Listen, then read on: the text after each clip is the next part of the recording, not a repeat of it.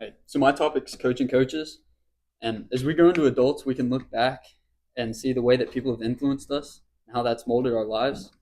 And then as you think about it, you might think about teachers, parents, and friends that have all molded you. As y'all can tell, a bunch of coaches have molded me and been some of the biggest influences in my life. And I just think back to my first ever baseball coach. His name was Coach Bobby. I can remember like the funny like sayings that we'd have. Like whenever he'd want us to get our attention, he'd be like eyeballs, and we'd all yell eyeballs back. And then like he'd yell baseball ready, and we'd get into position before every play. And then he just taught us to learn how to love the game, and he taught us the fundamentals, obviously. And just as I've grown, and then had different coaches, our coaches now they still teach us how to learn the game and have fun, but they also teach us how to be a better husband, a better person now, and a better man in the future. So coaches have two main jobs: coaching and mentoring. And coaching is when a coach helps guide a player or a team to discover their strengths and weaknesses and develop sport specific skills. So this is what they're doing mainly on the field, and they're helping you become a better player or athlete or whatever sport you're doing. And then mentoring is when a coach passes on wisdom and knowledge that he's learned through his experiences in the game and through life. And so this can be on and off field issues, such as knowledge in like society, just like helping you learn how to be a better person, or just like knowledge about the game. My first biblical integration is Psalm 78:4. It says, "We will not hide them from our children, but we'll tell the next generation the praiseworthy deeds of the Lord, his power, and the wonders that he's done." And coaches are given a platform in a bunch of young people's life, and a bunch of people don't get that platform because children might not open up to that many people. And at that age, young people are like sponges. Like they just soak up every single bit of information that they're given. And so if a coach is living Christ-like and telling them how to live their life, it'll set a good foundation, and it can help build for the rest of their life. And then as a Christian coach, disciplining and creating good Christian people should be the first and largest priority rather than just winning games, even though that's a big priority. Leadership: a team is only as good as its coach. And then there's two different kinds of leaders: there's worldly leadership and Christian leadership. Worldly leadership focuses on success, power, and status, and your goal is to climb to the top or be the best at whatever you are. These coaches are usually they usually have a lot of control and authority, and the values you usually think about yourself, your results, and like getting the credit yourself, and it serves yourself or company goals. And a common mindset that people have in worldly leadership is, how can others serve me? But in Christian, you focus on faithfulness, service, and God's glory, and the goal is to build each other up and reflect Christ. The style is humility, grace, and being a servant. The values are love, truth, and integrity. It serves God and others rather than just yourself. And a common mindset is, how can I serve others? My second biblical integration is in Matthew, and it says Jesus called them together and said, "You know that the rulers of the Gentiles lord it over them, and their high officials exercise authority over them. Not so with you. Instead, whoever wants to become great among you must be a servant, and whoever wants to be first must be last. Just as the Son of Man did not come to be served, but to serve and to give him life as a ransom for many." And we see, and then the other one is Proverbs 27:17. It's as iron sharpens iron, so one man sharpens another.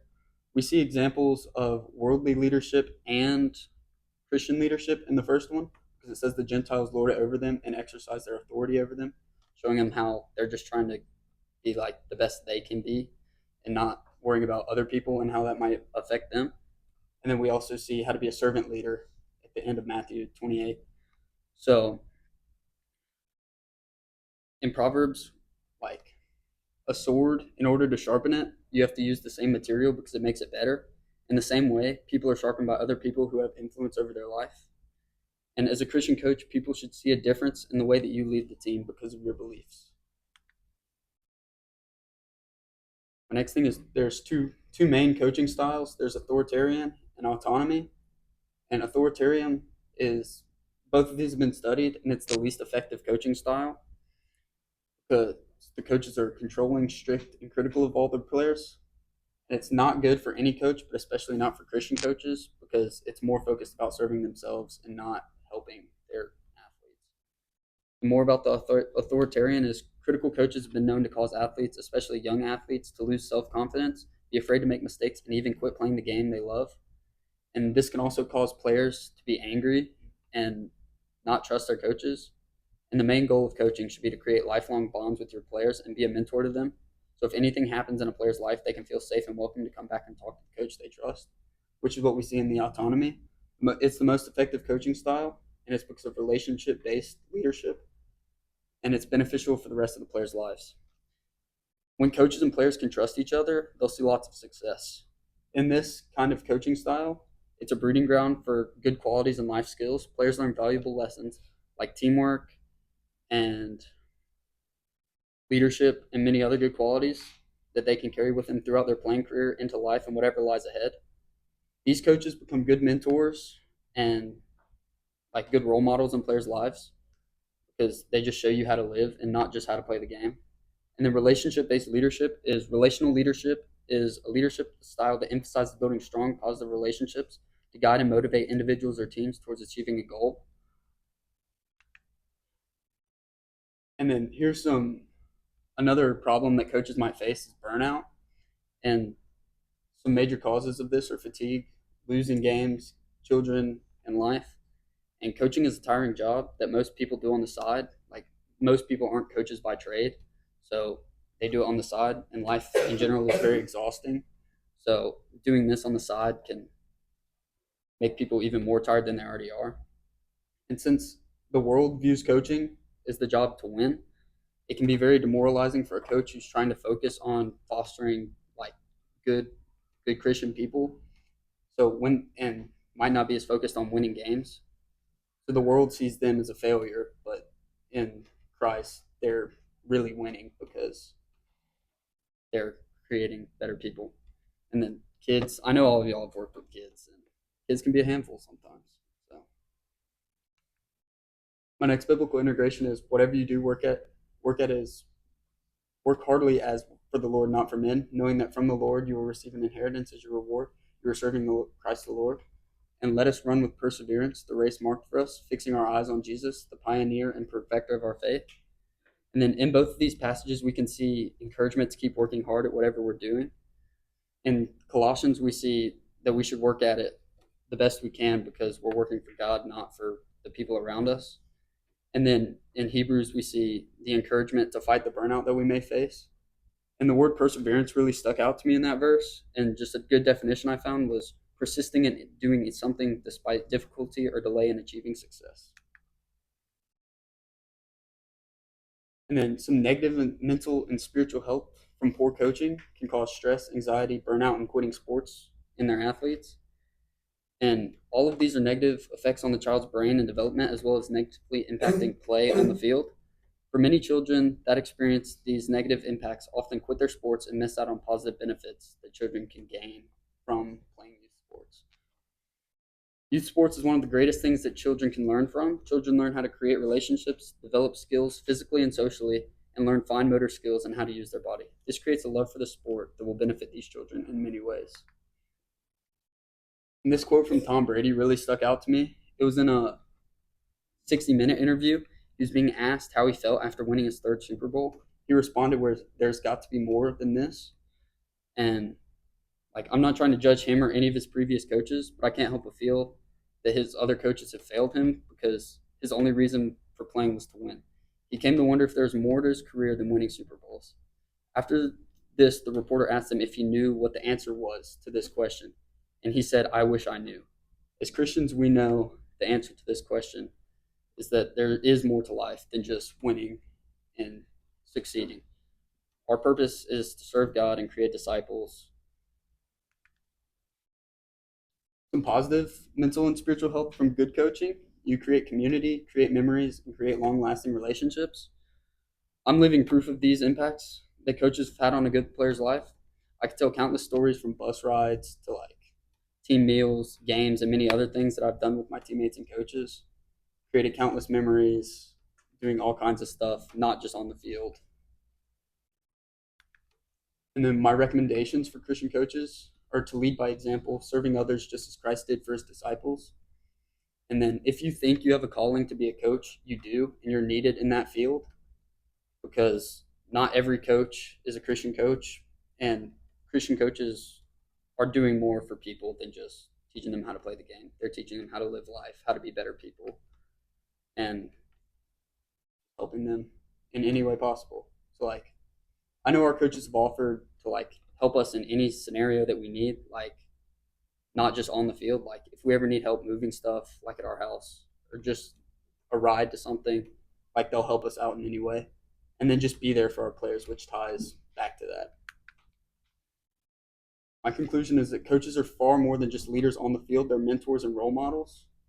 And then while winning games are great, the real measure of how successful a coach truly is how much of an impact they make on their players' lives. And Christian coaches have a really special opportunity to disciple young athletes, helping them develop skill on and off the field. And if there's one thing I can leave you with about good coaches, is that good coaches must help their players build character while teaching them how to rely on their faith in Jesus.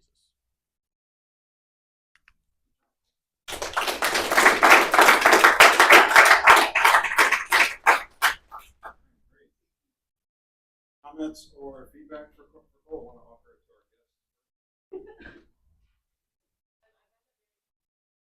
And I take it you would like to coach. Are there any negatives that you've experienced and how you I've never really experienced the negative coach. Like all my coaches have been pretty good. And so I just think it's all like you're not a bad coach forever. Like you can work and change.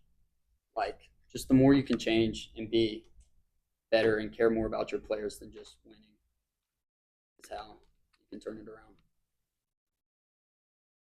I really liked it. I especially like that you mentioned. I think there's a strong argument to be made there. This is one of those topics that yes, you're interested in it, play sports, you'd like to do it in the future, but also like it's one of those things that I think everybody would do well to consider. You're absolutely right. Coaches are needed, right? Like every, I'm not talking about like a career path per se, but whatever career you're in, whatever community you're in, there are going to be situations where having a good coach in a particular position is just extremely important, right? I can give you some biography, like in terms of my kids playing sports. Me personally, like the dad in me is just like the most important thing about my kids playing sports is who that coach is. Like that's just personal testimony. My kids are not going to be professional athletes. Like they may shock me, but I don't know what sport they're going to be if they are. Anyways, esports. But watch it. No, my kids are not going to be professional athletes. Like they've already missed the, but like that has to start so early with kids these days, right? But my kids have played sports, and we have seen the best of the situation, the worst of the situation, and it all depends on who that coach is. We've been blessed by some really good coaches in that way, and it's really, really important for my kids to learn how to take authority from someone other than me or their mom or their teachers. In other words, like forced authority. Like you have to have this. Yeah. This is much more optional, right? So I really like that. I really like that it's, hey, y'all, like, who knows? You could coach a sport someday and be a really big impact. You could potentially have. All right, question time. You mentioned the difference between autonomy and authoritarian coaching and what you call Autonomy. Yeah. And you said that they're more. The one is more effective, right? Yes. Autonomy is more effective. How do they measure that? How would you go about measuring which one's more effective? Well, I think you can measure in a couple ways. You can measure success on the field, and then you can measure like physical or like mental health. So, and then in both ways, the autonomous is one because of like the authoritarian. You're just like telling them what to do. You're not always giving them a reason why to do what they're doing. You're just kind of telling them to do, and it almost becomes like you were saying how a teacher like you have to listen to them, and it's not just like it's more direct, not relationship. And then in the autonomy, like it's a two-way road. Like you're talking to them, they're talking to you. You're both giving each other feedback, and so it helps. And so to that point, in terms of like how you're measuring success, of course, in sports, you measure success win loss column Yeah, and soccer and like individual stats. I think there's a conversation we had about a player that has really high stats, but their team's not necessarily winning. They don't really care because there's so many different components of that in terms of how to measure success. And so I wonder, this kind of goes back to what Claire was talking about last week. There's just so many ways in which the world measures success. Is it possible? And here's the question. If this is one of those. Is it possible for a coach to be a successful coach in terms of winning, in terms of championships, in terms of legacy, and also what you're suggesting about building relationships and helping that like I'm with you. I'm sold, right? Like I don't care what my win loss column is. I've been in here since day one telling y'all grades don't matter and none of all this stuff. Like it's about the kind of person that you are, right? And coaches are a really, really good way of getting the right kind of people out there, right? But your win loss record may not yeah. necessarily be the best. What do you have to say about that? It's a hard question, but like I feel like these kind of coaches might not last as you get higher up in levels because it's the higher you get up, the more like a job it becomes, and the more people are going to be looking at that win loss and whatever. But I think especially for young athletes, seeing coaches like this, they're more focused on bringing up good people is more important than if your 7 year old's winning championships or whatever. Yeah, it's like I don't know the narrow percentage of how many kids play from kindergarten to 12th grade versus how many play after that. Those percentages just drop like a Yeah, rock, even from college to professional, whatever. And so it's like we're doing everything for y'all when y'all are kids, as though you're headed to the pro. And let's just be realistic: the overwhelming majority of you won't. So like it seems like our time is just spent better just making good people out of it. And it does. It's tough. I like what you said. Like it's well said that the higher up it goes, the less what you're calling for is even possible. Because man, some of these coaches, college and professional, the moment they don't have a winning season, their job's at risk, right? So if you're more concerned about building people instead of just winning team, that's a really tough thing. Classmates, y'all got any questions or comments? Talked about was it authoritarian or authoritative?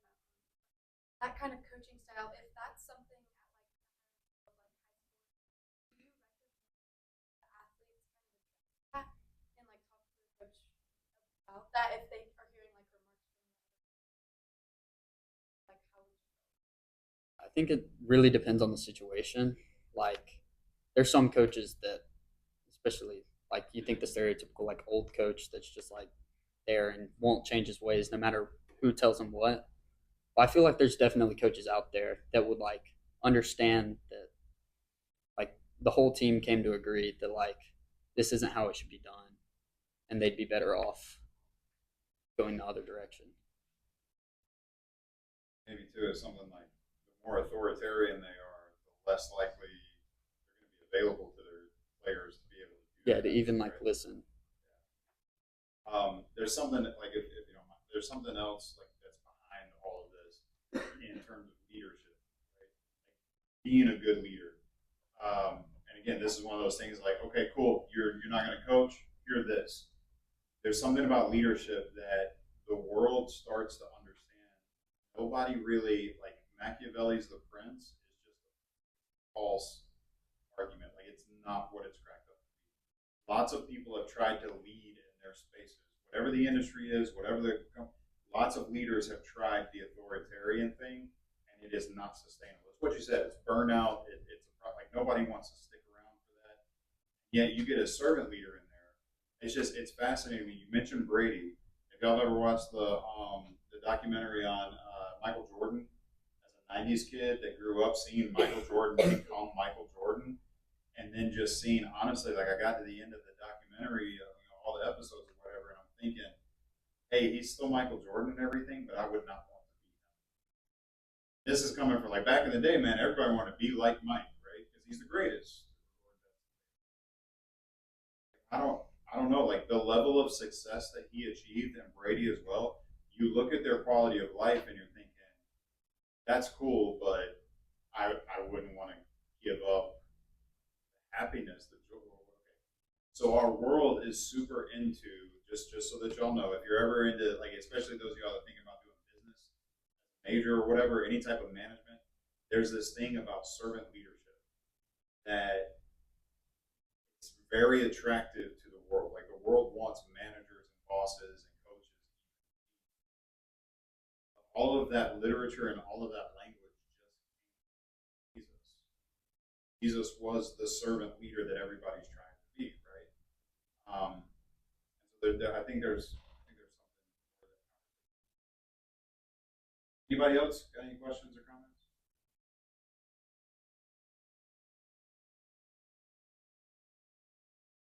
No, there's like it's a range. It's like a scale. Like some coaches lean more this way, others lean more this way. Those are just the two like most prominent and like easy to actually define.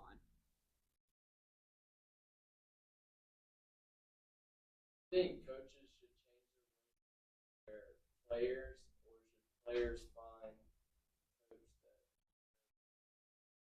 Yes and no. Like I think coaches shouldn't be like so rigid in their ways that like no matter what they do or no matter what team they're given or they have, like that it's this one way or like it's not gonna happen. Like, but I think there is a way that like if one player's not fitting well with like a team, and then the coach is still working with the other people, but like, and then they need to find a new team. But like, I think coaches can change. Players can also adapt a little bit. I wonder if there's not something about like maybe you could say something like having multiple coaches. Yeah, Like, is there a situation where like that head coach may be tough to handle? You got this other coach, pitching coach, yeah, defensive coach, whatever, vibe with a little bit better. yeah, Or vice versa, where you got this really nice Ted Lasso type coach that everybody's kind to, and he's kind to everybody. But every once in a while, you got to have somebody come in and break some heads. Like what would you say yeah. about I that? think it's really good to have diversity on your coaching staff. Like having that guy that players can feel like super comfortable going to talk to, because it's easier to talk to a coach you like talking to than going straight to the coach that you have a problem with. And that guy can be like kind of like a third party going to speak on your behalf to the other coach and just like that. So, like anybody else, I got last thing. So as long as you're not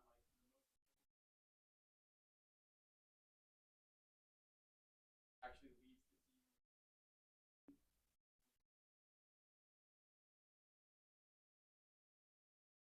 the team.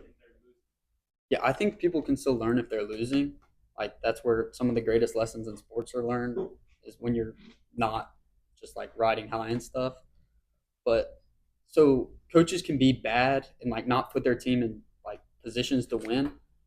But like I think that like a coach can still be a successful coach even though they're losing. Like as long as they're helping their players, like skill development I said was second. So like becoming better people. So if they're failing at both, then it's just not a good situation. But if they're leaning heavier on like creating better people, especially at younger ages, I think it'd be more beneficial. Really like the title, like coaching coaches. Like, something to that where one thing to try to learn how to be a good coach. Like, there's something to like more coaches. I wonder how many coaches ever get approached or think about what their ultimate goal is. Sure. I was just wondering if you've always been about like kids and Yeah. crazy, but do you think have like an obligation or a point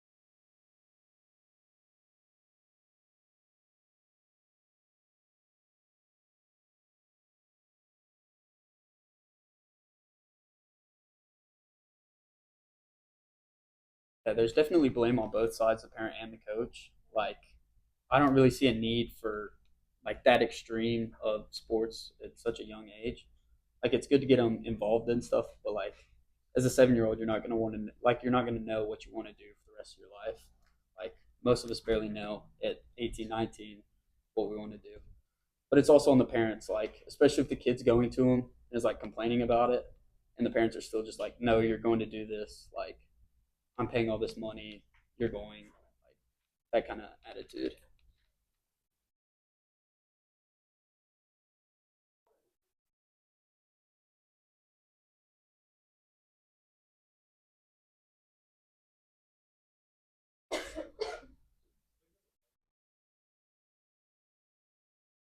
Yeah, yeah, I agree.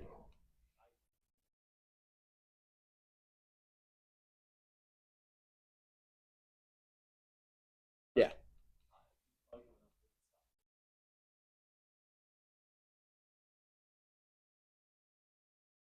yeah, no, I agree. Like, youth sports is very good, and I don't think parents should just like listen to everything their kid says, like you were saying. Like, they're still the parent, they know. But she pointed out like the extreme, and so I think there's a happy medium to finding what's beneficial and what's harmful. That's cool. Any questions? Cool. Thanks, Cole.